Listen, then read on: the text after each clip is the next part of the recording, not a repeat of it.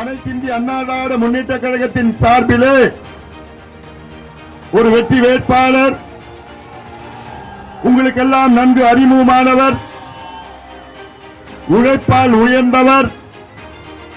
முன்னாள் அமைச்சர், இங்கே எனக்கு ஒரு வாய்ப்பு தாருங்கள் என்று சொல்லி இரு கரங்களை கூப்பி இங்கே நிற்கின்ற நம்முடைய வெற்றி வேட்பாளர் அக்ரி கிருஷ்ணமூர்த்தி அவர்களை வாக்களித்து இரட்டை இலை சின்னத்தில் வாக்களித்து